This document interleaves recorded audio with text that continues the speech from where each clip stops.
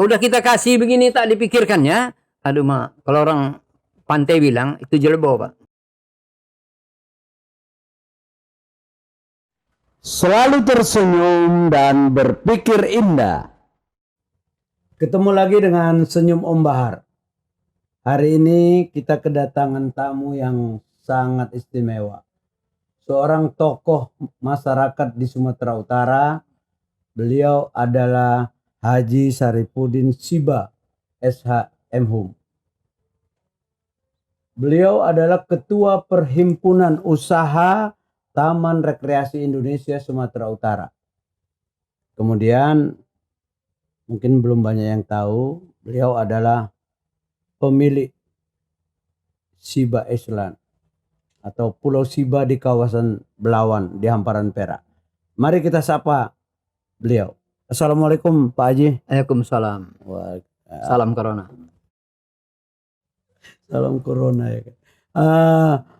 Saya mungkin manggilnya kebiasaan sebenarnya Ayahanda ya. Ya silakan.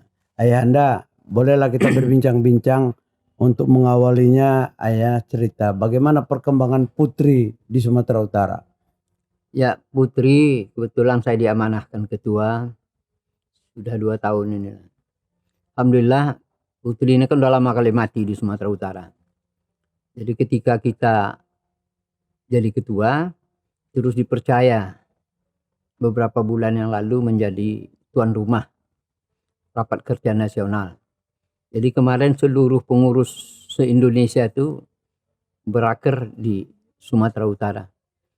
Banggalah kita, semua taman-taman rekreasi seluruh Indonesia itu, taman bunga, taman buah, berhimpun di sini kemarin. 2 hari 3 malam. Itu sebagai tuan rumah. Memang setelah kita perhatikan, taman rekreasi di Sumatera Utara ini kan banyak sebenarnya. Lebih kurang ada 285 taman rekreasi. Yang sehat maupun yang setengah sehat. Tapi hidup semua. Hidup semua. Dan itu hanya beberapa buah yang boleh terbilang lah di Sumatera Utara. Belum terbilang di tingkat nasional. Beda dengan ada taman bunga yang di Bogor apa semua. Jadi ada kita belum ada seperti itu. Ada klasifikasinya ya untuk daerah. Ada. Jadi di situ kita mau kembangkan dan dukung. Fungsinya kan begini nih, Putri ini.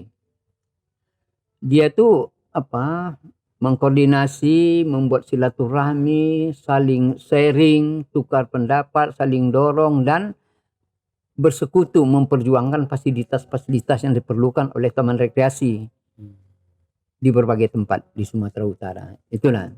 Jadi di situ kita mau gerak-gerak. Musibah kita datang di COVID. Nah, entah gimana lah nasib kawan-kawan sekarang. Terhadap karyawan-karyawannya gitu ya. Karyawan paling sedikit taman rekreasi itu, paling sedikit satu taman rekreasi itu 10 karyawan itu paling sedikit ya. Bayangkanlah 285. Berapa jumlah ini. Itulah yang terpapar dan kena musibah COVID ini sekarang. Nah, itulah kondisinya. Tapi sebagai pengusaha, apalagi taman rekreasi, kita harus indah memandangnya semua. Tidak boleh dijadikan malapetaka. Harapan cerah pasti datang dari ufuk timur. Tidak berapa lama lagi, saya pikir COVID pun akan terkubur. Iya. Alhamdulillah. Ayahanda, kemarin itu Rakernas itu saya kebetulan hadir juga, bahkan ikut. Hadir ya? Hadir ikut mengikuti. Saya teringat ada beberapa rekomendasi yang disampaikan, yang disimpulkan. Mungkin kesempatan ini Ayahanda masih ada beberapa pointer yang ingat kira-kira. Ingat aja. Karena salah satu mengusulkan rekomendasi itu kita. Iya.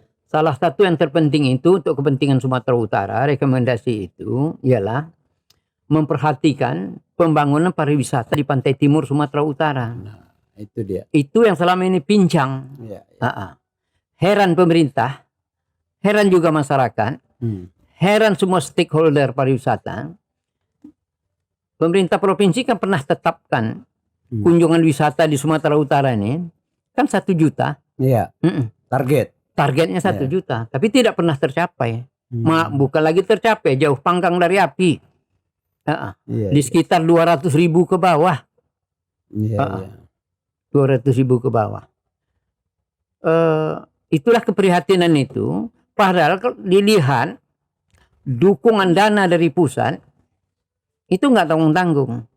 Nah, tapi sayangnya kan tidak menyentuh pantai timur. Makanya kemarin itu kita rekomendasikan harus diperhatikan pantai timur itu. Tidak ke pegunungan saja. Artinya pantai timur dari kawasan Besitang. Pantai timur ini panjang pantainya 545 km. Dari mulai Langkat Tamiang. Langkat Tamiang. Pesisir pantai itu sampailah ke Labuan Bilik sana. Itulah. Dan potensi pantainya, taman rekreasinya, hutan mangrovenya, pulau-pulaunya, cukup menarik, cukup indah. Di Batubara itu ada Pulau Salah Nama. Indah, ikannya banyak dan tidak jauh nyeberang dari kota Batubara, dari Tanjung Tiram. Ada Pulau Berhala di Serge, ada Jaring Alus. Itu tidak diperhatikan dan sayangnya para pengusaha dari pantai timur pun tak muncul kecuali Siba Island lah baru. Jadi motor penggerak ya. Motor penggerak. Tapi saya mendapat informasi langkah-langkah yang sudah dilakukan ayahanda, khususnya merenovasi sebuah pulau yang disebut sekarang Siba Island. Itu kan ownernya langsung ayahanda. Barangkali ayahanda bisa bercerita bagaimana perjalanan mulai awal merintisnya itu ya. Saya ini kan anak pantai, betul-betul putra pantai timur. Maka pikiran saya ke situ saja melihat potensi itu. Maka kadang-kadang cemburu juga hati melihat pemerintah pusat itu dipejamkannya matanya mungkin ya. Ataupun tak dibukanya gitu ya. Tidak diliriknya. Siba Island itu Pak, tak ada apa-apanya. Tidak ada apa-apanya. Dia rawa-rawa. Luasnya 14 hektar, rawa-rawa. Berabad-abad telantar itu tanah di muara Sungai Belawan. Di muara Sungai. Berabad-abad terbuang. Tidak ada akses, tidak ada energi, tidak ada air tawar, dan tak populer sebagai daerah wisata. Pada awalnya. Itu pada awalnya 2004. 2004.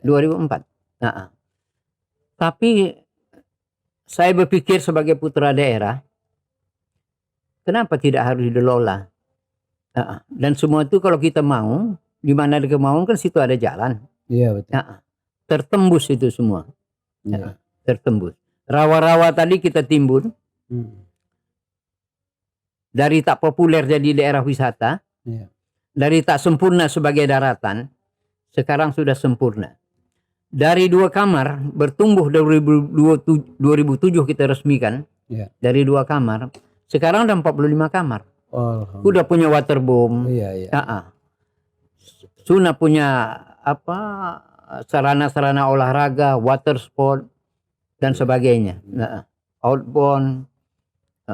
Bahkan transportasi ke sana pun sekarang sudah difasilitasi, ada dermaga khusus. Transportasinya itu udah cukup kelas, Pak. Punya dermaga sendiri, punya kapal sendiri, feri sendiri. Ada lebih kurang 12 pengangkutan kita, bukan sebiji. 12. Di samping ada juga pengangkutan yang murah-murah. Yang untuk bot kayu. Itu pencarian nelayan. Tekad saya dulu tuh ingin merombak kehidupan para nelayan. Generasi kaum nelayan itu.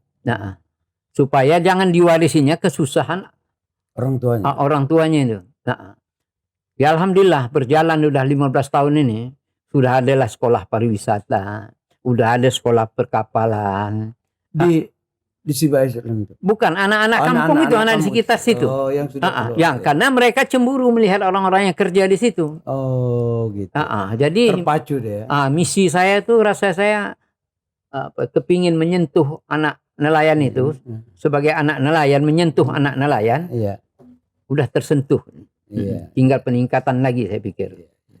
Artinya sebagai anak nelayan memperhatikan SDM ke depan untuk menjadi orang-orang yang bisa tampil mendukung apa rencana khususnya bidang pariwisata di kawasan Pantai Timur. Itu gitu ya kira-kira ya. Memang itulah tekad saya. Karena boleh cerita sedikit riwayat hidup sedikit. Boleh, boleh. Iya, boleh kali lah. Saya ini kan barangkali untuk pengalaman bagi yang lain-lain juga. Iya. Menginspirasi. Iya. Menginspirasi. Saya ini kan anak orang susah, Pak, bukan anak orang kaya. Iya. Nah, saking susahnya saya itu. Saya SMP itu cuma 4 bulan.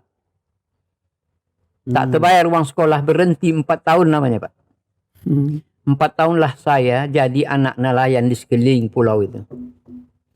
Jadi almarhum orang tua saya selalu berkata, masih kecil jangan panjangi hidup sesusah ini, dia bilang. Tahun keempat saya berpikir harus sekolah balik. Itulah saya sekolah balik. Setelah saya sekolah, ada itu beberapa tahun, saya bertekad akan merombak hidup anak nelayan ini. Itulah saya dirikan perkumpulan beasiswa tahun 73. Dan sekarang jalan 46 tahun, jalan 47 tahun sudah. Nah, gerakan beasiswa itu berjalan. Nah, dan salah satu itu janji saya dulu tuh, janganlah ada anak kampungku sesusah aku sekolah. Yang kedua, akan kurombak hidup nelayan itu. Itulah Siba Island itu. Nah, keberkahan itu datang dari daerah yang tidak populer tadi. Sekarang Siba Island itu udah bisa dipesan lewat Agoda, Traveloka, Booking.com dan lain-lain. Buka Google udah jadi dia sekarang. Itu. Alhamdulillah, dari yang tak populer daerah wisata itu, dari Perancis datang, Amerika, kalau Malaysia sudahlah, Mbak. Ya. Jadi disitulah anak-anak itu terpacu dia untuk merombak kehidupannya itu. Gitu. Bahkan sekarang menjadi destinasi yacht sail itu, Pak. Iya. Ada 100 destinasi dalam buku yang diterbitkan Dinas Pariwisata. Ada 100 itu, salah satu itu masuklah kita punya. Yang baru tumbuh terus masuk level 100. Dan prospeknya, Pak, alhamdulillah kemarin di bulan November dan bulan Desember 2 kali asisten Deputi Menko Maritim berkunjung ke sana. Bukan berkunjung, Pak, membuat rapat di sana. Oh, berarti membawa rombongan. Dan rapat, dan yang dirapatkannya bukan apa, ada sesuatu hal untuk di Sumatera Utara.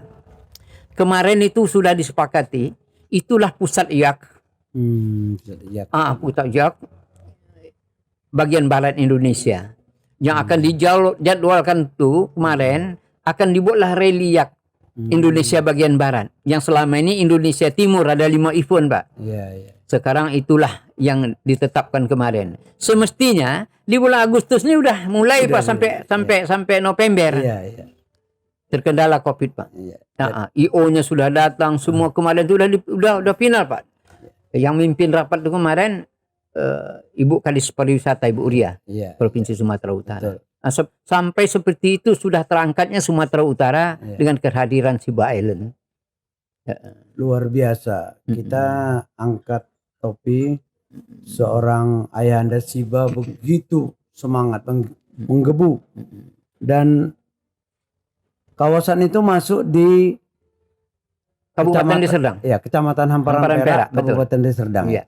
Sejauh ini tentunya campur tangan di pemerintah daerah, mungkin Bapak bisa menceritakan di mana yang sudah diberikan dukungan. Pemerintah daerah itu bagus, Pak, berikan dukungan. Walau terseot-seot ngurus izinnya, dikeluarkannya izinnya, baru sampai gitulah baru Pak. Kita bayar retribusinya. Oh gitu. gitu. Tapi untuk menggelar beberapa acara, ada seminar misalnya atau apa, sudah selalu Oh itu udah berulang kali Pak, udah berulang berulang kali. Kita terima kasih lah sama gubernur. Beberapa gubernur sudah membuat event-event di sana Pak. Iya. Raker gubernur itu udah beberapa kali di sana Pak. Eselon 1, Eselon 2 itu di sana. Mereka nginap. Menginap ya. Menginap Pak, menginap. Jadi dukungan itu sudahlah. Insya Allah pun nanti insya Allah nih bulan Oktober kalau tiada aral melintang akan kita resmikan Museum Bahari Pak. Museum Bahari. Museum Bahari Pak. Luar biasa. Museum Bahari bentuk kapal lantai 3. Besar tuh Pak museumnya. Iya. 23 meter kali 9,5 meter, besar Pak. Jadi sekarang sedang dibangun ya? Ini sedang finishing Pak. Finishing. Udah siap, bangunannya udah siap. Di tengah atau di pantainya itu ya? Dia di pinggir tapi dekat air Pak. Sebelah kan artinya dia bangunan kapal tuh macam terendam air betul-betul Pak. Separuh. Memang kapal sakti lah itu Pak. Iya, artistiknya betul-betul diperhitungkan. Iya, arsiteknya, lokasinya dan historisnya. Nah, kenapa? Historisnya tuh begini. Dulu tuh hamparan Perak itu kan kota tertua itu Pak. Ya. Sungai Belawan tuh sungai purba. Sejak ada dunia tuh adalah dia. Jadi dulu pada abad 10, 11 menurut riwayatnya di kota Rantang itu udah ada. Maka dibilang kota Rantang, udah kota yang maju Pak. Sekarang udah jadi situs kota Rantang. Peninggalannya tuh udah hebat itu zaman itu. Katanya dinasti Ming apa gitulah saya dengar. Itu udah belayar ke situ. Jadi itulah simbol kapal itu saya buat dan ke selatannya itu dari pulau itu itulah situs kota Cina. Cuman 8 km dari situ. Ya. Jadi itu arus tuh dulu memang arus kapal-kapal abad ke-10 sampai 13 tuh itulah arus kapal. Jadi saya ingin menceritakan dari museum itu kejayaan bahari pantai timur itu sangat luar biasa. Pak, sampai bisa meninggalkan situs kota Cina dan situs kota Rantang. Iya. Itulah akan menceritakan, itulah museum itu. Kenapa kita tak kembali? Kita ambil kembali kejayaan kita itu. Iya, betul. Iya kan? Ya, itulah sebuah pembelajaran buat generasi yang akan datang ya. Ayanda sangat intens, itu luar biasa. Kita punggungi laut Pak. Itulah Iya. kesalahan besar kita selama ini. Kita belakangi laut Pak. Iya. Padahal di laut itulah kita jaya pada zaman itu. Maka kalau kita lihat kota-kota pantai, itu semuanya rumpun Melayu Pak yang pegang. Maka dulu itu dibilang bangsa Melayu. Bangsa Melayu. Iya Pak. Itulah Makassar, itulah Pontianak, itulah Belawan, itulah Jambi, itulah Batavia. Itu kota-kota bandar namanya. Maka dulu dibilang ada sah bandar. Iya. Nah, itu kan sejarah yang membuka, kita ungkap seperti ini. Mudah-mudahan para pemirsa dimanapun berada setelah mendengar cerita dari Ayanda Siba ini akan tertarik. Jadi jangan heran besok Ayanda akan ramai nih berbondong-bondong setelah aman dari pandemi COVID tentunya. Ya kita harapkan lah. Kita harapkan seperti itu ya Anda. Masih banyak sebenarnya yang harus kita berikan lagi dan kita berikan lagi. Ayanda kalau boleh tahu, ini ngomong-ngomong lah. Itu kan tekad untuk mewujudkannya itu kan tidak gampang, tidak mudah membalikkan telapak tangan. Tapi seorang Saripudin Siba dengan tekadnya, nah ini kan banyak kali modal yang udah keluar nih Ayanda, kira-kira ya kan. Terus gambaran timbal baliknya, kalau dari sisi bisnisnya, orang kan cerita untung ruginya, kira-kira gambaran bagaimana ini ke depan Ayanda? Kalau saya melihat begini. Di awal-awalnya itu saya tidak pernah memperhitungkan bisnisnya. Maka hampir-hampir saya tidak mau mencatat berapa uang saya keluar di situ. Jadi rupanya spirit itu, tekad itu mengalahkan semuanya. Ya. Ya, ya. Kalau dibuat feasibility study-nya itu, dari awal-awal tak berani saya kan nggak bukan orang kaya. Iya, iya. Ya kan, dari mana diambil duitnya? Iya, iya. Tapi dengan tekad itu rupanya ada saja jalan yang menopang. Sehingga dia sekarang populer lah dia itu. Jadi rupanya itu motivasi itu, itulah jantungnya kegiatan-kegiatan yang kita lakukan. Jadi saya rasa motivasi sebagai anak nelayan yang ingin maju itu tadi, itulah tidak pernah mengenal lelah sampai ini hari. Setahu saya secara materi belum pernah itu saya nikmati. Jadi, tapi yang anehnya dari serba kekurangannya itu dia bertumbuh. Kalau Melayu bilang antuk-antuk labunya nih Pak, programnya nih. begitu. Tapi bertumbuh. Dari 2 kamar sekarang 45 kamar Pak. Iya, iya. Bukan mati. Bukan mati. Bukan mati, terus saja. Macam tahun ini nanti tahun 2020 akan diresmikan museum baharinya. Itu lebih 1,5 miliar Pak. Iya. Bukan museum atap nipah Pak, enggak, permanen. Kapal kita bikin Pak. Kapal kita bikin. Itu. Dan anehnya lagi Pak, yang saya nikmati itu apa namanya? Ada suatu hal yang saya rasa luar biasa Pak. Kasal beli kapal perang, kapal angkatan laut Pak. Kepala Staf Angkatan Darat. Angkatan Laut. Angkatan Laut. Beli kapal Pak, 3 biji. Ya. Salah satu nama kapal itu untuk mengawal Selat Melaka ini Pak. Itu Kal Pulau Siba Pak. Bapak bisa buka di Google. Iya, iya. Pakai meriam tomong tuh Pak. Tomong istilah. Pakai meriam tomong tuh kapal Pak. Namanya Kal Pulau Siba. Iya. Itu kan kehormatan apa itu Pak? Itulah marwah martabat hidup. Iya. Jadi visi misi Pak Gubernur tuh sudah merasuk ke dalam diri saya itu. Bahkan sebelum Pak Edi jadi gubernur itu, saya sudah memartabati kegiatan saya membangun desa, membangun pariwisata. Itu.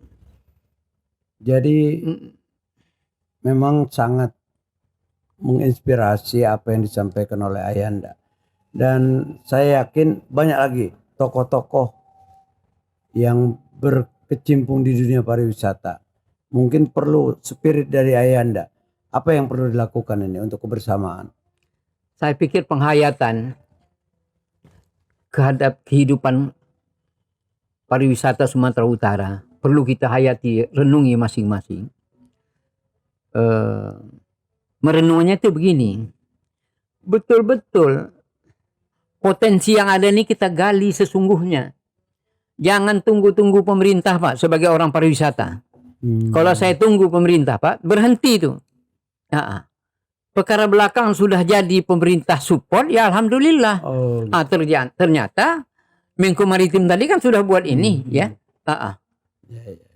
Iya kan? Kadis pariwisata dulu disebutkan Kadis pariwisata tak tahu. Sekarang udah berulang-ulang Kadis pariwisata itu ke sana. Malah membuat event-event juga di sana.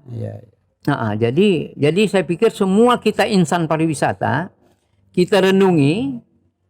Kalau istilah saya berpikir memulai, jangan mulai berpikir. Pikir mulai apa yang kita mulai aja. Mulai. Macam saya mulai hutan itu. Banyak ada hutan mangrove di pantai timur lah. Ya, banyak tuh, Pak. Mancing, segala macam lah potensi kita banyak, Pak. Aktivitas di laut lah. Laut, Pak. Syukurnya alhamdulillah, Pak. Sekarang sudah ada. Semalam saya usulkan supaya dirombak itu bukan lagi Medan Utara. Konsep pariwisatanya itu Utara Medan, Pak. Supaya Percut kena, Hamparan Perak kena, Labuan kena, Belawan pun kena. Alhamdulillah Dinas Tarukim telah membuat rancangan perencanaan itu bagus sekali, Pak. Jadi nanti itu pariwisata kita di Utara Medan tuh, Pak, akan dihidupkan itu konsep yang ada sekarang, dan itu udah diekspos, Pak. Dari mulai stasiun kereta api Berayan Bengkel, Pulau Berayan itu kan bengkel kereta api. Betul. Diharapkan itu ada museum perkeretaapian dari situ. Nanti dari situ naik kereta api, hidupkan kereta api Klutuk itu dulu, Pak. Saya di Jerman naik itu, Pak. Nah, rindu kita naik kereta Klutub yang bunyi itu pakai asap, Pak, pakai kayu, pakai arang stengkol kalau istilah dulu. Nah, itu hidup kan. Dia konsep itu ada dari Berayan itu naik kereta api. Kalau perlu dari Medan juga, spesial itu rutenya ke sana. Singgah di stasiun Labuan Deli. Di Medan Labuan. Medan Labuan, stasiun Labuan Deli. Itu akan dibangun, ditata kembali ke wisatanya. Wisatanya mana? Wisata sejarah betul-betul tuh, Pak. Masjid Osmani lebih tua dari Masjid Raya. Betul. Dan di situ istana Sultan Delhi pertama tuh di situ. Iya. Udah itu pekong Cina, betina dan jantan itu, Pak, dua. Lebih tua dari Masjid Raya, Pak. Itu. Jadi di situ aja kawasan wisata itu dihidupkan. Itu asik kan? Iya. Terus ke Belawan. Belawan itu akan akan dipulihkan, akan ditata yang bagus. Wisata mangrove yang di Secanang itu sekarang, Pak. Ya. Itu. Jadi dia jadi situ naik kereta api orang terus ke Siba Island. Dari Siba Island naik kapal lagi ke kota Cina. Naik speedboat. Lagi ke museum kota Cina, situs kota Cina. Iya. Itu yang dirintis oleh Bang Iwan Ajahari. Iwan Ajahari, sahabat saya itu. Iya. Saya udah ke sana Saya udah beberapa kali ke sana, Pak. Iya. Jadi itu bisa dari Siba Island cuma 15 menit, Pak. Jadi betul-betul wisata bahari. Pakai speedboat ya. Naik speedboat. Terus dengan begitu nanti akan hiduplah itu kawasan wisata Danau Siombak itu, Pak. Iya, Danau Siombak. Tapi wali kotanya jangan pejam mata. Sungguh-sungguh membangun pariwisata. Karena wisata nih, Pak, dia mendatangkan orang dan membawa uang kan gitu. Iya. Maka di Hamparan Perak itu pun udah saya konsep, Pak, 3 pilar pariwisata. Wisata buah, wisata sungai, wisata pulau. Maka ada moto kita sekarang, Pak, di Hamparan Perak, ram kita. Ram kita, ramaikan kampung kita, itu, Pak. Ram kita, majulah desa wisata, itu, Pak. Ada semacam ada ayat-ayat kita, ram kita, Pak. Jadi wisata buah, wisata sungai itu nyaut, Pak. Nanti kalau udah itu semua kita sepakat nanti maunya ada pemikir besar di pariwisata nih, Pak, di Sumatera Utara. Kadisnya maunya seperti itu. Mana lagi disusullah dihidupkan wisata perkebunan itu, Pak. Bulu Cina. Itu kan punya histori semua. Bangsal lama itu, Pak. Iya kan? Rumah-rumah. Aduh, itu saya pikir Belanda tua tuh, Pak, datang dia balik tuh, Pak, ke sini. Iya, betul. Dia rindu masa lalunya karena kehidupannya dulu di sini. Betul. Dan itu kakek-kakeknya pasti bercerita sama cucunya. Ini hari. Iya kan? Sebaya itu tuh pasti di sini dulu karena dia tahun 50 masih di sini deh, Pak. Iya kan? Baru dia pulang. Itu anaknya, cucunya pasti bercerita tuh, Pak. Seandainya adalah pemikir besar tentang pariwisata Pantai Timur di Sumatera Utara ini, Pak. Maunya berembuk lah kita orang-orang pariwisata. Maunya kadis pariwisatanya itu tanggap, Pak. Tidak setukah dalam belanga, orang bilang tak berubah dari yang lama, yang itu aja ditukulinya, ya kan? Saya nggak berani komen tuh. Ya harus begitu, Pak. Harus ya. Harus berani kita, Pak. Berani, ngapain pula tak bisa yang tak pernah dipikirkannya kita kasih pikiran itu. Betul. Udah kita kasih begini tak dipikirkannya. Aduh, Mak, kalau orang pantai bilang itu jelebo, Pak. Luar biasa. Keluar kata-kata istilah orang Medan. Iya. Pokoknya kita berbuat yang terbaik supaya nggak apa kali ya. Iya. Ada istilah gitu kan? Iya. Sedap ngobrol tadi ini, Pak, ini. Iya, asik. Kita nggak dibatas dengan waktu dan ngomong apa aja. Saya kalau cerita pariwisata nih, Pak, utamanya wisata Pantai Timur Sumatera Utara ini, macam Pak Habibie menceritakan kapal terbangnya tak habis-habis nih, Pak. Sur saja saya, Pak. Sur aja, luar biasa. Ini bisa berepisode-episode. Bisa. Jadi nanti jangan heran kalau suatu saat lagi setelah ada respon dari para petinggi-petinggi di Sumatera Utara, coba undang lagi lah Pak Siba, Ayah Siba itu untuk berbincang-bincang misalnya. Bersedia ya, Anda? Saya Pak Habibie, Pak. Pak Habibie udah meninggal kan? Di pariwisata Pantai Timur saya lah gantinya nih, Pak, menceritakan itu. mana boleh saya berhenti ya? Iya kan? luar biasa. Saya terima kasih kali Pak Burhan ini sudah membuat seperti ini. Iya, kita ini Iya kan? podcast ini memang untuk Apalagi Pak Burhan Ketua Dewan Kesenian. Iya. Pingin kali saya Pak. Bahar. Ada orkestra Pak Bahar. Pak Bahar buat orkestra. Waduh, di mana-mana tempat Pak buat konser orkestra. Lancang Kuning di Siba Island, ya kan? Luar biasa. Yang menggetarkan dunia. Iya, menghadirkan Wisman. Wisman dan dengan konser yang mengagumkan, Pak. Iya. Ya kan? Iya. Kita bisa. Ya betul. Ya kan? Kita bisa sama Siba, selesai. Iya. Bisa tuh Siba. Kalau diterbengkalaikan jadi basi, Pak. Iya. Sayang kita. Iya. Nah, berarti dengan kata lain para pendengar, katakanlah orang-orang yang memiliki banyak uang nih Pak ya, mau mensponsori kita ya kan Pak. Karena kalau kita lihat mungkin ya boleh dibilang anggaran pemerintah untuk sebuah kegiatan besar mungkin terbatas dalam segi anggaran biaya misalnya. Tapi kalau ikut semua stakeholder memberikan begini Pak, menghidupi budaya di Sumatera Utara, senimannya saya pikir kalau konsepnya digiring ke pariwisata itu tak ada susahnya Pak. Tidak ada susahnya Pak. Saya pernah buat konser Pak, konser yang lucu tuh Pak. Ya. Tahun 99 saya buat konser gak laku itu Pak. Konser musik Gurun Sahara, nostalgia tahun 50-an Pak. Nyanyi Umi Kasum Pak. Iya. Orang rindu musik itu Pak. Saya buat di Tiara. Iya. Ternyata meledak-ledak untungnya Pak. Itu yang tidak diduga orang ya. Iya Pak, betul Pak. Tahun 99 Pak.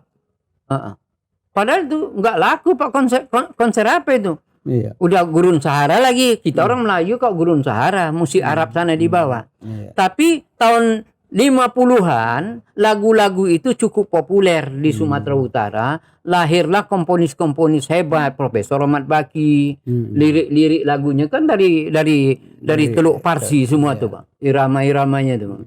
Kan rindu orang. Ternyata nenek-nenek yang mengayunkan cucunya lagu-lagu itu, didengar cucunya udah kepala dinas, sudah pengusaha rindu itu Pak. Semua membeli tiket VIP Pak. Saya siapkan tiket VIP itu sedikit Pak di Tiara waktu itu. Karena mau membuat VIP semua, mau beli, saya jual semua jadi VIP. Itulah Pak. Iya.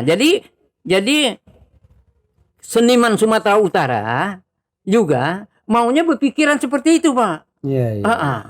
Selalulah tonton konser-konser di YouTube itu. Kenapa tak kita buat seperti itu? Betul. Iya. Dengan gaya-gaya kita sendiri. Iya. Kemarin juga saya pernah buat konser itu Pak. Biola. Saya panggil Henry Lamiri, saya buat di Geria Band. Begitu juga. Saya ini semua Pak hidup seniman ya. Jadi cocok sama Pak Bahar Ketua Dewan Seni. Cuma saya harus banyak belajar nih. Besok-besok ke rumah ayah anda aja nih ya kan. Kita buat aja Pak. Cari ilmu. Konser. Kita siapkan konsep ya. Bapak bayangkan kalau lagu Lancang Kuning dengan 25 biolahnya Pak. Iya. Wah luar biasa. Saya buat konser 99 tuh Pak. 20 Pak main biolahnya. Outnya 3. Saya seperti itu Pak. 86 pemainnya Pak. 86 Pak. Jadi ini deh. Iya. Jadi suasana jadi lebih massal deh kan, lebih meriah. Lebih meriah Pak. Kenapa tak kita buat begitu? Berarti PR kita ke depan kita buat konser. Iya harus konser Pak. Siap. Sekali di Siba Island. Itu dia. Itulah kerjasama Dewan Kesenian itu. Iya. Dan itu Pak, untung bukan rugi. Kita jual tiket. Rugi masyarakat tak menonton itu karena kesempatan itu tidak akan ada 2 kali. Iya. Di seniman itu kan begitu Pak. Iya. Iya kan? Ekspresi seniman itu kan payah tak bisa diulang kadang-kadang tuh Pak. Iya kan? Iya, momennya itu. Momennya itu. Iya. Cocok lah sama Ketua Dewan Kesenian ngomong sore ini. Jadi mengalir ya, mengalir. Iya. Jadi mimpi-mimpi besar seniman kita harus kita buat itu Pak, mendunia. Iya. Ya kan, mendunia, menggelegar Pak. Dan saya pernah buat itu, bukan ngomong aja. Iya. Dan ke depan kita akan buat bersama. Gitu Buat ya, bersama Pak, buat bersama. Siba Island dan Dewan Kesenian. Oh, luar biasa. Iya. Jadi dia biar lebih ini kan, akbar dan ya akbar harus akbar Pak. iya. Mengguncang dunia istilahnya. Orang Jakarta tuh kelebihannya Pak, tahu Bapak apa? Tekun dia, mau dia dan tak puas dengan yang ada. Kita sini tidak, 2 kali gesek biola udah bisa, kita pikir handal, berhenti, kita tak mau belajar lagi. Dan tak mau membuat tantangan-tantangan baru. Iya. Harusnya lakukan inovasi baru. Jadi Pak Bahar sebagai ketua Dewan Kesenian harus seperti itu Pak. Iya, siap. Kita, iya kan? Saya dulu buat konser itu Pak, tahu Pak? Pemainnya udah lagunya lagu lama. Pemain tua tuh udah habis bermatian. Dicarilah dari Stabat dapat 2, dari Binjai dapat 4, Perbaungan dapat 2, begitu Pak, dikumpul Pak. Kalau boleh mengingatkan lagu Gurun Pasir itu yang salah satunya apa yang menarik ya? Yang paling ini, Ayanda masih ingat liriknya aja? Sukara. Itu ya. Al-arahubu sukara, sukara, alina. Umi Kasum Pak menyanyikan itu di Perancis. Orang Belanda naik kereta api di gerbong-gerbongnya sampai ke atas itu Pak. Mendengar itu. Itu lagu lama kali Pak. Dan sampai sekarang dunia mengagumi lagu itu Pak. Buka YouTube. Betul. Tapi kita tidak, karena kita punya kearifan lokal. Kenapa tak kita buat lagu Lancang Kuning seperti itu? 25. Pernah Bapak buat 25 biolahnya lagu Makan Sirih? Iya. Sebagai 2 ketawan kesenian. Pernah Bapak berpikir seperti itu? Ya, ada sih sebenarnya. Kalau ada lanjutkan. Pemikiran itu. Ada lanjutkan. Tapi kan inilah. Jalannya itu seperti Ayahanda bilang tadi. Kita tekun, jalani, nanti ketemu jalannya. Dan hari ini kehadiran Ayahanda di sini mau nambah spirit kita ya. Iya, mengguncang mengguncang semangat itu. Semangat itu. Mudah-mudahan insya Allah kita kan perlu bimbingan. Karena kita di Dewan Kesenian itu ada beberapa komite, komite musik, tari, teater, film gitu ya, sastra, dan yang terakhir ekonomi kreatif juga masuk. Iya. Jadi ada 7 komite dan itu kita berharap semangat ini muncul. Mereka harus kreatif dan melakukan inovasi. Harus kreatif Pak. Iya. Harus kreatif. Saya Pak di Amparan Perak, saya buat sesuatu yang kreasi dengan pilar-pilar wisata yang saya buat tuh Pak. Tuh Bapak di sana sudah ada 25 dah rumah jadi homestay Pak. Itu dipasarkan ke Malaysia. Jadi dibuat di sana murah Pak. Maka orang Malaysia itu mau datang. Sana 1 kamar tuh ada 4 orang. Bayar 400.000 4 orang. Sama makan Pak. Makan malam, makan pagi. Siang dia ke Medan ke pasar ikan. Karena disewanya mobil tuh di sana dibawa lagi ke Brastagi. Malam-malam buat kegiatan di Taman Agrowisata yang saya punya juga sendiri di sana. Jadi saya ada Siba Indah, ada Siba Island. Siba Indah itu Taman Agrowisata, ada hallnya Pak, muat 600 orang. Situ buat kegiatan. Jadi kalau Bapak mau buat latihan seni apa sana di Amparan Perak bisa. Naik kereta, naik sepeda pun bisa ke sana. Iya, di Amparan Perak. Di Amparan Perak Pak, punya hall kita. Saya punya sound system, punya alat band. Lengkap semua. Lengkap Pak, lengkap. Saya mungkin lebih seniman dari Pak Bahar sebagai seniman. Betul Pak, betul. Makanya saya undang Ayahanda kemarin. Iya. Supaya menular. Jadi memang tidak mudah memang untuk mencari seseorang sosok yang memberikan dukungan moral maupun material seperti yang Ayahanda lakukan. Tapi saya yakin di belakang banyak Pak Siba lain. Banyak Pak. Banyak. Saya ini berani aja Pak, seninya sedikit. Bapak lihat ya. Sayalah penggagas Pekan Budaya Melayu Sumatera Utara yang di lapangan Benteng 7 tahun berturut-turut. Dari tidak ada anggaran sampai masuk APBD. 7 tahun berturut-turut Pak. Setelah saya tidak lagi Pak, mati sampai sekarang tak terbuat Pak. Pekan Budaya Melayu Sumatera Utara. Itu saya buat. Tapi SK Pak Rajainal dulu. Tapi Dulu mungkin- sama Pak Yos Rijal, Pak- Ketua Dewan Kesenian. ya. Ya, dulu. Tapi mungkin ada bermunculan nama-nama lain yang mungkin mirip-mirip dengan itu, bukan itu? Bukan itu kelanjutan artinya. Tak konsisten, Pak. Tak konsisten dan tak continue. Jadi dia tidak berorientasi. Jadi tidak terjadwal. Dulu kita tuh Pak, Thailand tetap tuh Pak. Ikut. Malaysia ikut itu Pak. Ikut Pak. Brunei ikut. Ikut pameran, ikut lomba seni. Sehingga tari Serampang 12 yang punya Sumatera Utara itu Pak. Ikut mereka yang dari Brunei, ikut. Mereka latihan. Ikut. Dan mereka juara.